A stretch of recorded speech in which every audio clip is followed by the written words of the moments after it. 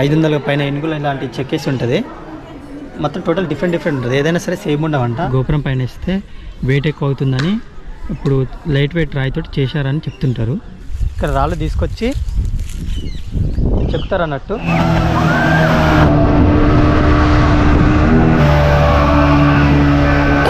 మా ఛానల్లో అన్ని వీడియోస్ మిస్ కాకుండా చూడాలనుకుంటే సబ్స్క్రైబ్ చేయండి, ఇంకా బెల్ ఐకాన్ ని ప్రెస్ చేయండి.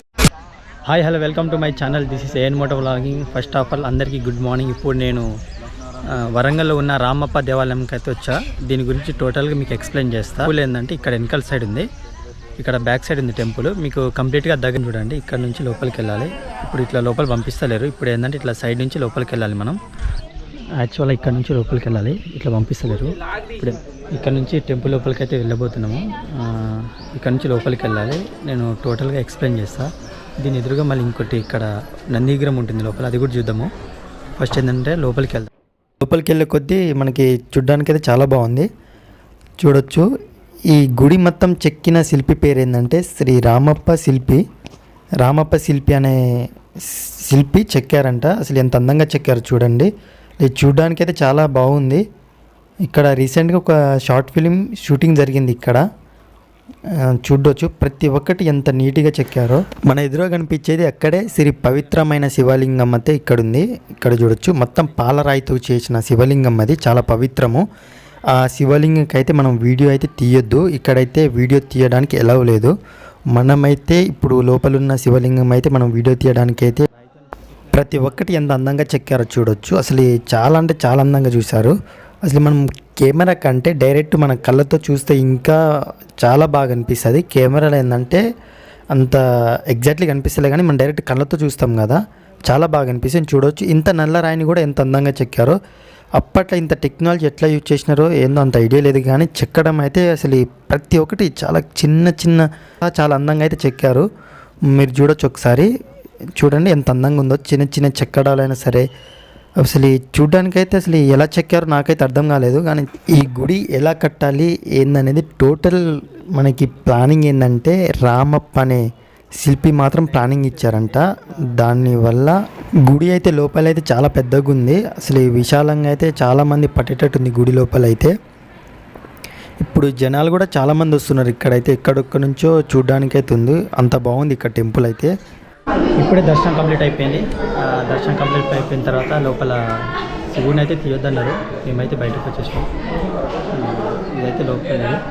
ఇప్పుడు ఏంటంటే ఒకసారి బయటికి వెళ్ళిన తర్వాత ఇక్కడ లోపలికి వచ్చిన తర్వాత ఇక్కడ ఎగ్జాక్ట్ ఇక్కడనే శివలింగం ఉంది. ఇక్కడ దర్శనం చేసుకున్న తర్వాత ఇక్కడ నుంచి మళ్ళీ ఇక్కడ బయటకు వెళ్ళిపోవాలి.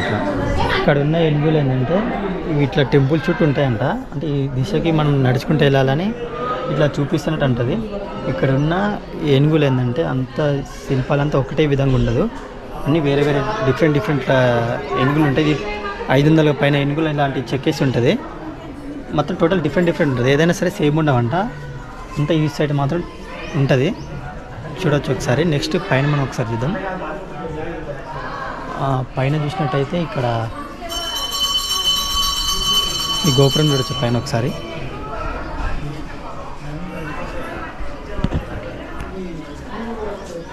సైడ్ ఇటు సైడ్ చూస్తే ఇలా ఉంది.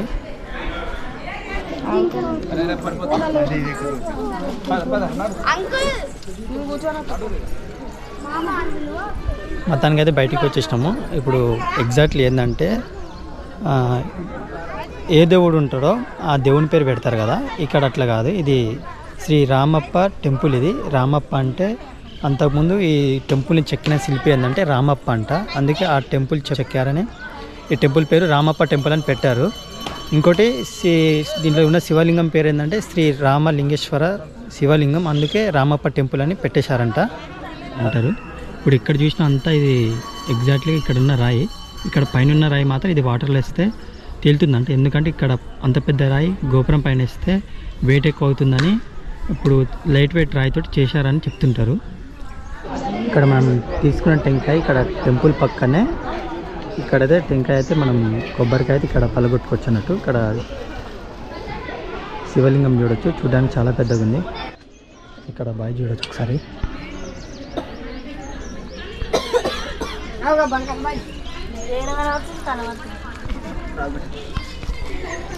ఆ బావి గురించి చెప్తే అది బంగారు బావి అని పిలుస్తారు అన్నట్టు.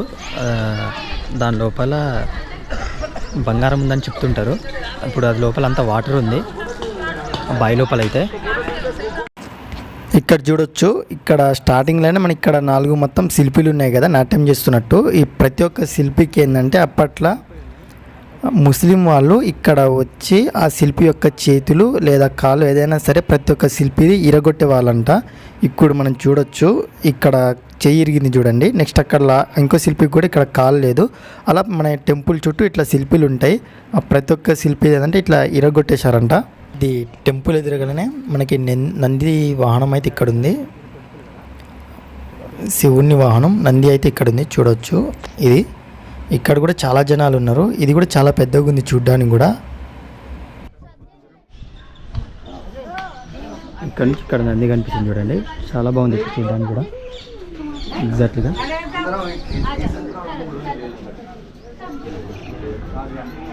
టెంపుల్ పక్కన ఇంకో టెంపుల్ ఉంది చిన్నది, ఇది కూడా శివాలయం టెంపుల్. ఇది లోపల కూడా ఒకసారి వెళ్దాం, చూద్దాం. ఒకసారి లోపలికి వెళ్ళి చూపిస్తాను. చూడొచ్చు లోపల ఇది.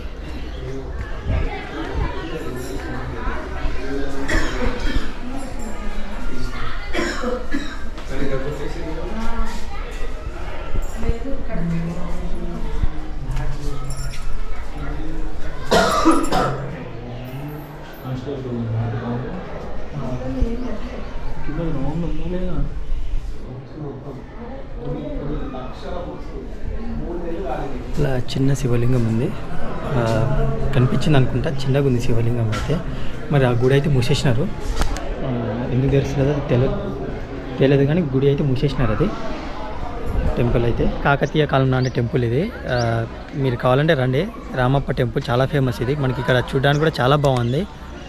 ఇది ఎలా కట్టాలి ఏందనేది అవతల సైడ్ కూడా ఉంటుంది, మీకు అవతల సైడ్ కూడా వెళ్ళి చూపిస్తాను. నాకు చూడడానికి కూడా లొకేషన్ చాలా బాగుంది ఇక్కడ. ఇది గుడి బయట, ఇది గుడి బయట నుంచి ఇట్లా లోపలికి వస్తే ఏంటంటే మనకి ఇక్కడ వాకింగ్ కోసం ఇట్లా బండలు అయితే వేసి ఇచ్చినారు. ఇక్కడ కనిపిస్తుంది చూడండి రాళ్ళంతా. ఇక్కడ ముందే ఇక్కడ రాళ్ళు తీసుకొచ్చి చెక్కుతారు అన్నట్టు. చెక్కిన తర్వాత అంతా ఒక ముక్క లెక్క ఒక డిజైన్ లెక్క చెక్కి నేను తీసుకెళ్ళి మళ్ళీ ఇట్లా టెంపుల్ లెక్క పెడతారు అన్నట్టు. చూడచ్చు, ఎక్కడ చూసినా చూడొచ్చు అంతా ఆల్రెడీ చెక్కేసి ఉన్నది చూడండి. ఒక మోడల్కి అంతా చెక్కేసినారు. దీన్ని తీసుకుపోయి మళ్ళీ మనకి డిజైన్గా ఇట్లా పెట్టేస్తారు అన్నట్టు. చూడొచ్చు అంతా.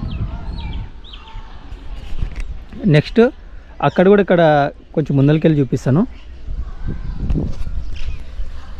ఇంకో టెంపుల్ కడదామని అనుకున్నారు అనుకుంటా, దానివల్ల ఇక్కడ చెక్కేసి ఇక్కడ పెట్టేసినారు. మరి ఇంకో టెంపుల్ ఎందుకు కట్టలేదు నాకు కూడా అంత ఐడియా లేదు.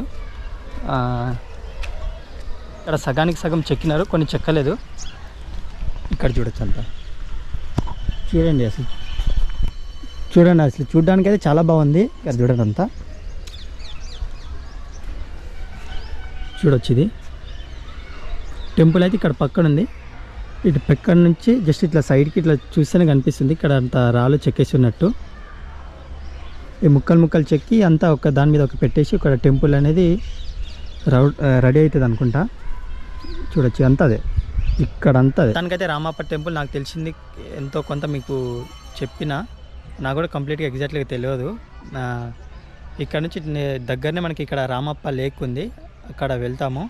అక్కడ వెళ్ళిన తర్వాత కూడా మీకు రామప్ప లేక్ దగ్గరనే ఇక్కడ జస్ట్ 1 కిలోమీటర్ లోపల అయితే ఉంటుంది. ఇది టెంపుల్ మెయిన్ గేట్. ఇది టెంపుల్ మెయిన్ గేట్ నుంచి మనం ఇట్లా స్ట్రైట్ వెళ్తాం కదా. స్ట్రైట్ వెళ్ళిన తర్వాత మనం లెఫ్ట్ సైడ్ వెళ్ళాలి. రైట్ సైడ్ ఏంటంటే మనం వచ్చే మెయిన్ రూట్ అది. మనం ఏంటంటే ఇక్కడ నుంచి లెఫ్ట్ తీసుకుందాము. లెఫ్ట్ తీసుకుంటే ఇక్కడ నుంచి జస్ట్ 1 కిలోమీటర్ లోపల ఉంటుంది, దగ్గరనే. మనం లోపల వెళ్ళే కొద్దీ చాలా బాగుంటుంది లోపల అయితే. మనం ఇక్కడ మనకి రూమ్స్ కూడా అవైలబుల్ ఉంటుంది. మనకు కావాలంటే రూమ్ కూడా రెంట్ తీసుకోవచ్చు. నాకు తెలిసి ఇక్కడ రూమ్స్ ఏంటంటే 1 డేకి 1500 లేదా 2000 మధ్యలో ఉంటుంది అనుకుంటా. మనకి లోపల వెళ్ళే కొద్దీ లొకేషన్ అయితే బాగుంది. ఇక్కడ చాలామంది ఇక్కడ వాటర్ లాంటిది ఉంటుంది, అక్కడ చాలామంది స్నానాలు కూడా చేస్తున్నారు. ఇక్కడ చూడొచ్చు. ఇక్కడ రెస్ట్ తీసుకోవచ్చు. మనం ఏంటంటే లెఫ్ట్ వెళ్ళాలి, కానీ మీకు రూమ్ చూపిద్దామని నేను స్ట్రైట్ వెళ్తున్నా. చాలామంది లాంగ్ వస్తారు కదా, ఒకవేళ నైట్ మీకు లేట్ అయితే ఇక్కడైతే రూమ్స్ అయితే తీసుకోవచ్చు. మొత్తానికైతే దగ్గరకు వచ్చేసినాము. ఇదే ఇక్కడైతే మనకి చాలా బాగుంటుంది. ఇక్కడైతే లొకేషన్ ఒకవేళ మనం ఇక్కడ రూమ్ రెంటెడ్ తీసుకుంటే వ్యూ అయితే చాలా బాగుంటుంది. ఇక్కడ దగ్గర 10-15 దాకా ఉన్నాయి రూమ్స్ అయితే. మనకి ఇక్కడ ఫుడ్ కూడా వాళ్ళే ప్రొవైడ్ చేస్తారు అనుకుంటా. ఇక్కడ కూడా చాలామంది ఉన్నారు, దగ్గర వెహికల్స్ కూడా చాలా వచ్చినాయి ఇక్కడైతే. చూడొచ్చు వెహికల్స్ అయితే చాలా ఉన్నాయి. ఇక్కడ బైక్ అయితే పార్క్ చేసేద్దాం. రామప్ప టెంపుల్ కా నుంచి కొంచెం ఒక 1/2 కిలోమీటర్ 1 కిలోమీటర్ వస్తే ఇక్కడ చాలా మంచి లేక్ ఉంది. ఇది రామప్ప లేక్. ఇది చూడొచ్చు. ఇక్కడ బోటింగ్ కూడా మనకి అవైలబుల్ ఉంది. అక్కడ కనిపిస్తుంది చూడండి బోటింగ్, దానిపైన మనం వెళ్ళొచ్చు. బోటింగ్ ప్రైస్ అడుగుదాం ఎంత అంటారో. ఇక్కడ లొకేషన్ కూడా చాలా బాగుంది, చూడడానికి కూడా వేరే లెవెల్ ఉంది లొకేషన్. మన వెళ్ళే బోర్డు కూడా వస్తుంది. ఇప్పుడు మనం వెళ్ళే బోర్డు ఏంటంటే అక్కడ ఉంది, ఇక్కడ కనిపిస్తుంది చూడండి, ఈ ఏరియాలో ఉంది. ఇది మనం వెళ్ళే బోర్డు. ఇది అంట 4 మెంబర్స్కి 350, సింగిల్కి వెళ్ళినా సరే 350. స్పీడ్ బోర్డ్ ఇది స్లో బోర్డ్. ఇది ఇప్పుడు వెళ్ళే బోర్డు ఇది 350. ఇది చూద్దాం ఒకసారి, దాని మీద వెళ్ళి చూద్దాం, ట్రై చేద్దాం ఒకసారి.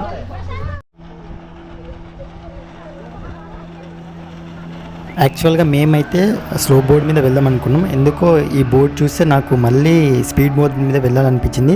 అందుకే మళ్ళీ అయితే మేము స్పీడ్ బోర్డ్ అయితే ఎక్కినాము. స్పీడ్ బోర్డ్ అయితే వేరే లెవెల్ ఉంది. అసలు ఆయన టర్న్ చేస్తుంటే భయం వేస్తుంది, ఎక్కడ పల్టీ పడుతుందేమో అని చాలా భయం వేసింది. ఈ స్ట్రైట్ వెళ్ళిన తర్వాత సడన్ కట్టిస్తున్నారు, ఒకసారి చూపిస్తారు చూడండి. ఇట్లా సడన్గా కట్టిస్తున్నారు, దానివల్ల ఏంటంటే చాలా ఎక్సైట్మెంట్ అనిపిస్తుంది. నెక్స్ట్ బాగా భయం వేస్తుంది.